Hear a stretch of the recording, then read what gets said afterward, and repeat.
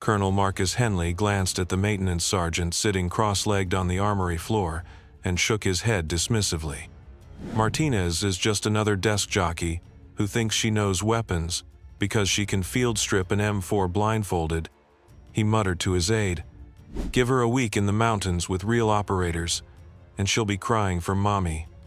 3 hours later, when the emergency klaxon shattered the pre-dawn quiet, and Martinez had already positioned herself at Observation Point Charlie with a borrowed Barrett Matey 201, Henley would eat those words as he watched her deliver precision fire that would save 12 lives and change the course of Operation Granite Shield forever. Staff Sergeant Elena Martinez had grown accustomed to being underestimated.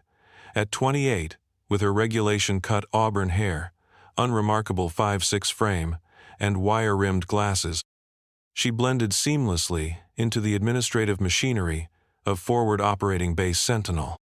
Her hazel eyes, sharp as fractured glass, were usually focused on maintenance logs, inventory sheets, and the endless bureaucratic requirements of keeping a mountain outpost supplied and operational.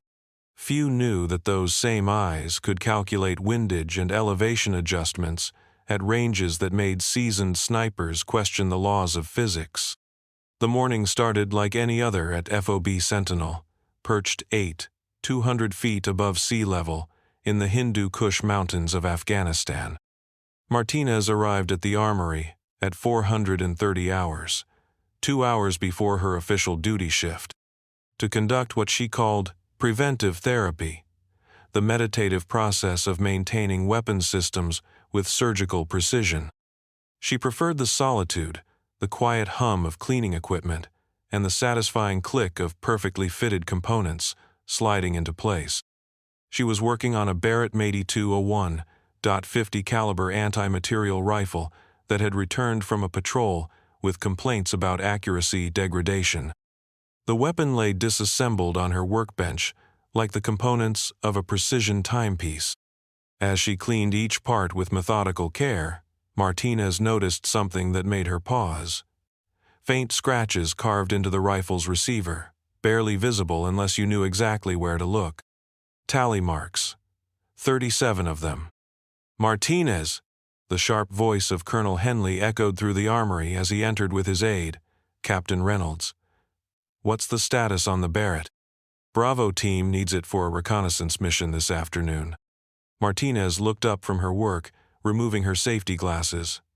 Sir, the rifle suffered from carbon fouling in the gas system and minor scoring in the barrel crown. I've replaced the muzzle brake and recalibrated the optics. She'll shoot sub-MOA at maximum effective range. Henley approached the workbench, his boots clicking on the concrete floor. He was a career infantry officer, built like a linebacker, with the kind of presence that commanded attention in briefing rooms, but had never spent much time behind a precision rifle. Sub? MOA? Martinez, this isn't a benchrist competition. These boys need something that'll reach out and touch someone at 800 meters, not win marksmanship trophies. With respect, sir, the Barrett Matey 201 has an effective range of 800 to 0 meters with proper ammunition selection and environmental compensation. Martinez replied evenly, continuing to polish the receiver. At 800 meters, this particular rifle should group within 0.7 MOA with match-grade ammunition. Captain Reynolds snorted. Listen to her talk about long-range ballistics like she's Carlos Hathcock. Martinez, have you ever fired anything beyond the rifle range at basic training? Martinez's hands never stopped moving as she worked the cleaning cloth along the rifle's receiver in long practice strokes. The question hung in the air like cordite smoke. I qualify expert marksmen annually with multiple weapon systems, sir. Qualifying expert at 300 meters on a known distance range is a far cry from real-world precision shooting, Henley said, picking up the rifle's scope, a loopholed Mark IV with military-grade tracking. The math changes when you're dealing with altitude, crosswinds, temperature variations, and targets that shoot back. Understood, sir, Martinez replied, though her hazel eyes flickered with something that might have been amusement. The environmental factors at this elevation include approximately 14% less air density than sea level, which affects both ballistic coefficient and point of impact. Wind patterns in these mountains create thermal updrafts that typically shift between 800 and 1,000 hours as the sun hits the eastern faces. Henley paused in his examination of the scope. You've been studying the ballistics manuals, I see. Among other things, sir. Martinez reached for the rifle receiver, her fingertips tracing over those nearly invisible tally marks as she positioned it for final assembly. Physics and applied mathematics have always been interests of mine. The colonel was about to respond when the base's emergency klaxon erupted in a series of sharp blasts that sent every person in the compound into immediate action. The pattern indicated troops in contact, American forces under fire and requesting immediate support. All personnel to duty stations. The base commander's voice crackled over the PA system. This is not a drill. We have Bravo team pinned down at grid reference 41RQR 12,000, 345 67,890. Distance approximately 2.2 kilometers northeast of base perimeter, casualties reported. Henley grabbed his gear and headed for the door. Martinez, get that Barrett to the designated marksman in Alpha Team. They're our overwatch for the rescue operation. Sir. Martinez called after him, still holding the rifle she'd been cleaning. Staff Sergeant Williams from Alpha Team is in the medical bay with food poisoning. Corporal Jenkins has a separated shoulder from yesterday's training accident. The colonel stopped at the doorway, his face flushing red. Then get the rifle to whoever's available. We need precision fire support on that ridgeline in 15 minutes. Sir. With respect. Martinez stood up, the Barrett Matey 201 cradled in her arms, like it weighed nothing instead of its actual 30 pounds. I could provide overwatch support from Observation Point Charlie. The elevation and angle of approach would give optimal sight lines to the engagement area. Captain Reynolds laughed outright. Martinez, this isn't a video game. We need someone who can make shots that count, not someone who's good at cleaning weapons. The distance to the engagement area is approximately 247 meters, Martinez said quietly, her voice cutting through the noise of personnel rushing to positions throughout the base. Wind condition appears to be 8 to 12 mph from the southwest, gusting to 15. Temperature is 47 degrees Fahrenheit, humidity at 23%, with a density altitude of approximately 9,800 feet. Using Federal Match 50 BMG ammunition, 750 grain AMAX projectile, I would need to compensate for 36 inches of bullet drop and approximately 14 inches of wind drift to achieve center mass hits on human-sized targets. The armory fell silent, except for the distant sound of vehicles starting and radio chatter from the command post. Colonel Henley stared at her for a long moment. Martinez, those calculations. Where did you learn to run numbers like that? My father was a Marine scout sniper in Vietnam, she replied, checking the rifle's action with practiced efficiency. My grandfather was Army Air Corps, later Air Force, specialized in precision bombing calculations during World War II and Korea. My mother was a mathematics professor at Caltech before I was born. I grew up calculating trajectories for fun, sir. That's a hell of a pedigree, Henley admitted. But family history doesn't equal combat effectiveness. The mathematical probability of making consistent hits at that range, under combat conditions, with unknown wind patterns, approaches zero. Martinez finished for him. That's what the manual says. But manuals are written for average shooters, under average conditions, using average equipment. She held up the Barrett, its surface gleaming from her careful maintenance. This isn't average equipment, sir. And I'm not an average shooter.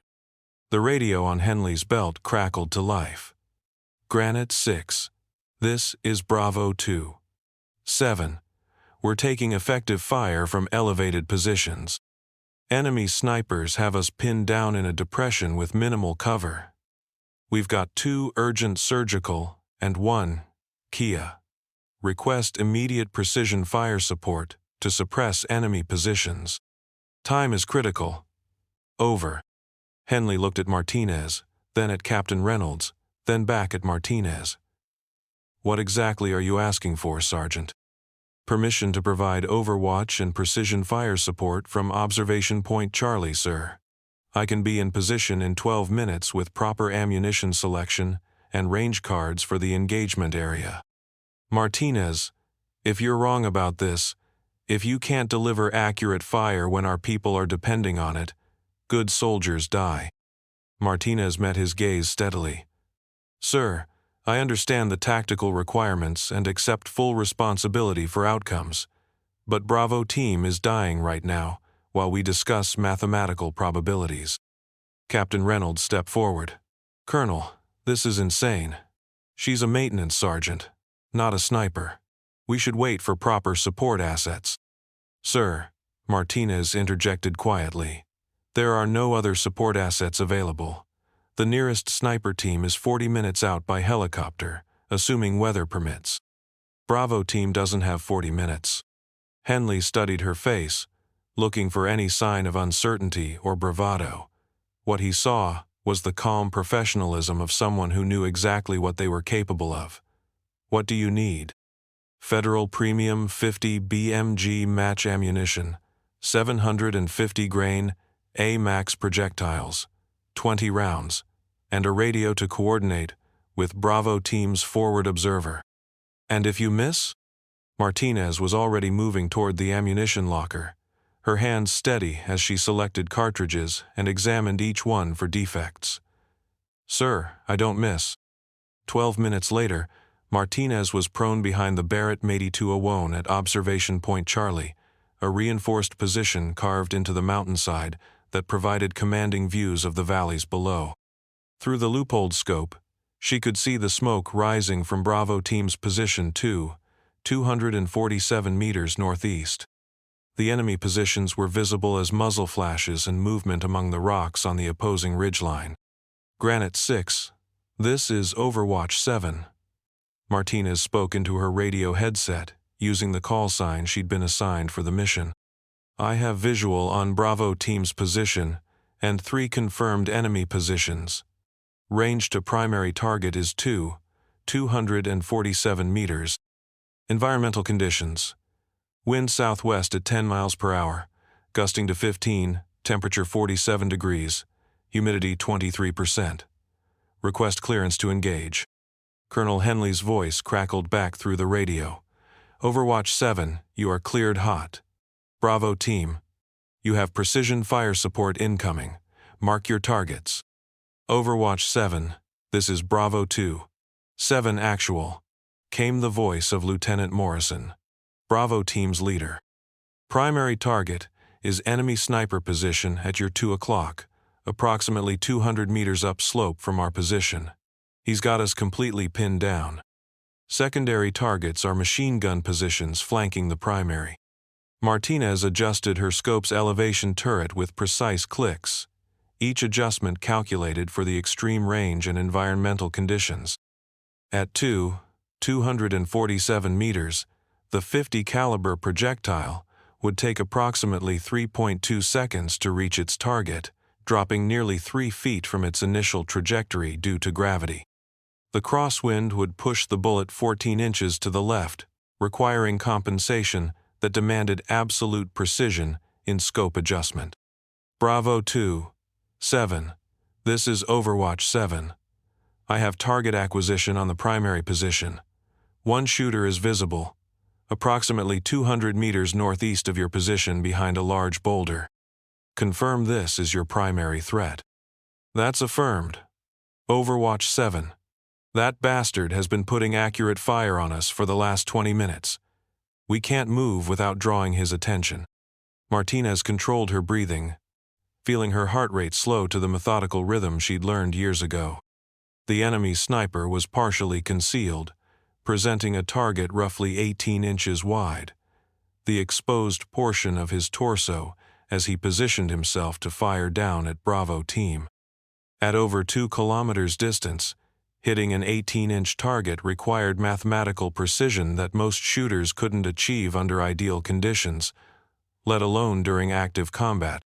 She pressed the rifle's stock firmly into her shoulder, feeling the weapon become an extension of her body. The scope's reticle settled on the target area, compensating for wind drift and bullet drop based on her calculations. Through her peripheral vision, she could see the ranging data displayed on her scope. 247 meters confirmed.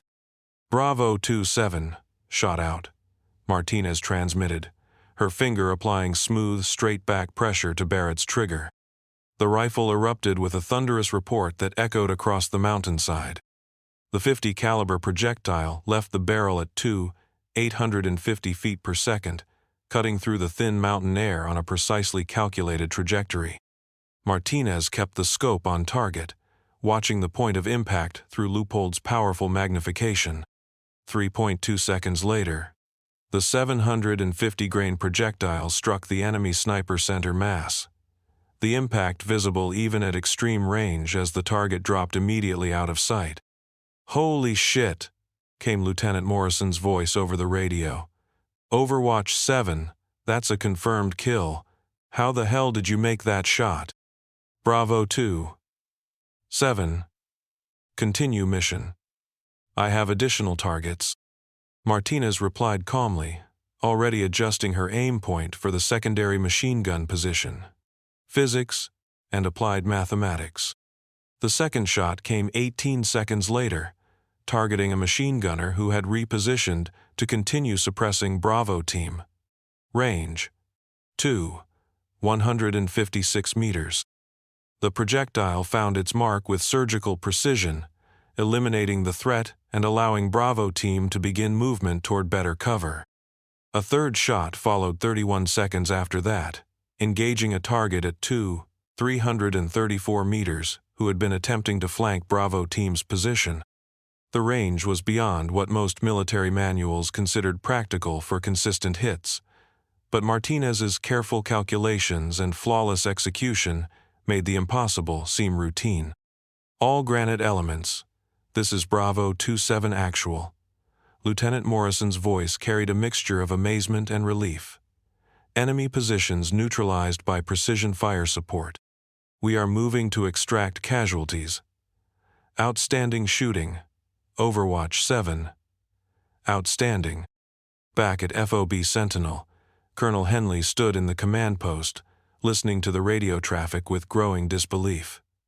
Captain Reynolds sat at the radio console, his earlier skepticism replaced by stunned silence.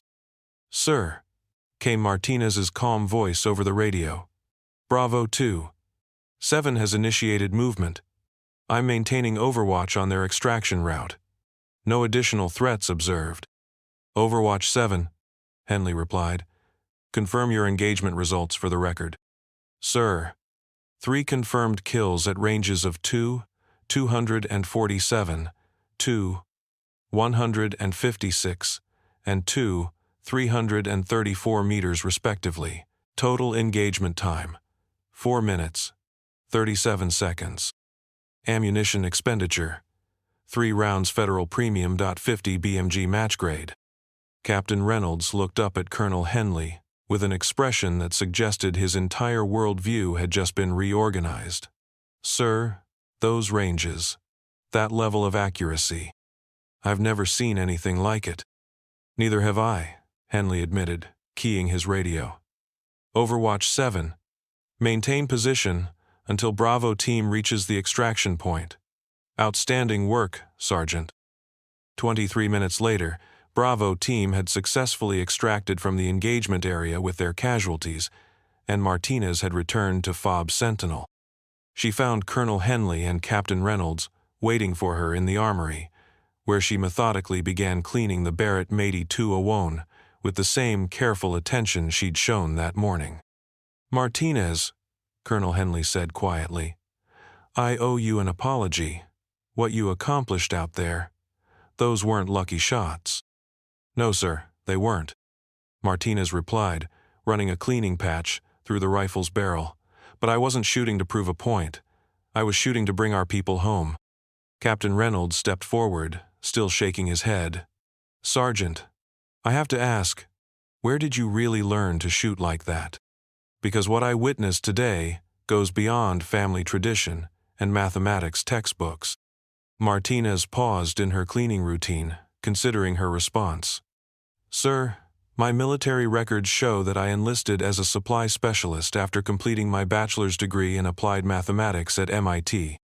What they don't show is that I spent 2 years as a civilian contractor working with special operations units, providing technical support for long-range precision programs. Classified programs? Henley asked. Very classified, sir. The kind that don't officially exist and leave very little documentation. I requested transfer to a conventional supply role because I wanted to serve my country in uniform rather than as a contractor. Sometimes the best way to help is from positions where people don't expect you to be dangerous. Henley examined the Barrett 8201 as Martinez continued her maintenance routine. For the first time, he noticed the faint tally marks carved into the receiver, 37 nearly invisible scratches that told a story few would ever be authorized to read. Those marks in the receiver, he said. Are those maintenance indicators, sir? Martinez replied with a slight smile. Quality control marks to track the rifle's service history. Colonel Henley understood that some questions were better left unasked. In the military, there were warriors who operated in the shadows, whose achievements would never be acknowledged in official records, whose true capabilities were hidden behind mundane job descriptions and unremarkable service records.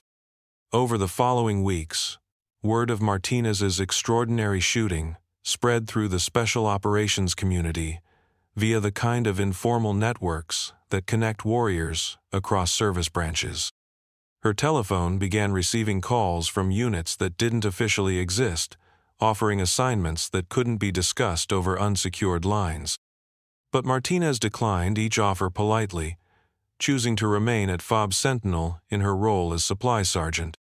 She had found something valuable in the honest work of maintaining equipment and supporting conventional forces, the satisfaction of service, without the burden of operating in moral gray areas where precision shooting served objectives that couldn't always be explained to the American people. 3 months after the engagement, Martinez received notification that she'd been awarded the Bronze Star Medal for her actions during Operation Granite Shield. The citation was carefully worded to avoid specific details about ranges or techniques, but it acknowledged her exceptional marksmanship and tactical acumen in supporting combat operations under enemy fire. At the awards ceremony, Colonel Henley presented the medal with words that had been cleared through multiple levels of operational security review. Staff Sergeant Martinez demonstrated the kind of quiet professionalism and expert skill that represents the very best of American military tradition. Her actions saved lives and completed the mission when conventional approaches had failed. Martinez accepted the recognition with the same understated professionalism she brought to every aspect of her service. Thank you, sir. I was just doing my job. But those who had witnessed her performance that day understood that some individuals possess capabilities that transcend normal expectations, that behind unremarkable appearances and routine assignments can lie extraordinary expertise waiting for the moment when it's needed most. They learned that in the modern military, expertise often hides in unexpected places, and that the most dangerous operators are often those you'd never suspect of being dangerous at all. The Barrett 8201 returned to its rack in the armory, bearing 37 faint marks that spoke of a history most would never comprehend. Martinez continued her quiet work, maintaining weapons and managing supplies, content in the knowledge that when her country needed her particular skills, she would be ready to answer the call with the same mathematical precision and understated competence that had saved 12 lives in the mountains of Afghanistan. In the weeks that followed, young soldiers would sometimes ask Martinez about that day. wanting to hear the story of impossible shots made under combat conditions. Her response was always the same: physics, applied mathematics, and practice. The rifle did the work. I just held it steady.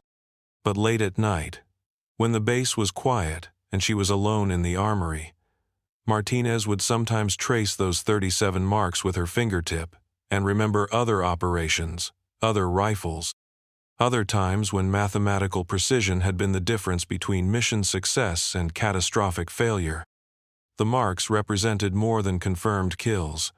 They represented a commitment to excellence that most people would never understand, and a willingness to serve in whatever capacity her country required. Colonel Henley never again made the mistake of underestimating personnel based on their assigned duties or unremarkable appearances. He'd learned that in the modern military, the most valuable assets often operate in plain sight, their true capabilities known only to those with the clearance and need to know. Sometimes the greatest warriors are those who clean the weapons rather than carry them, who understand that victory often depends on the quiet professionals working behind the scenes to ensure that when the moment comes, every system performs flawlessly. Subscribe if you believe that true expertise often hides behind humble service, and that the most dangerous operators are frequently those you'd never suspect of being dangerous at all.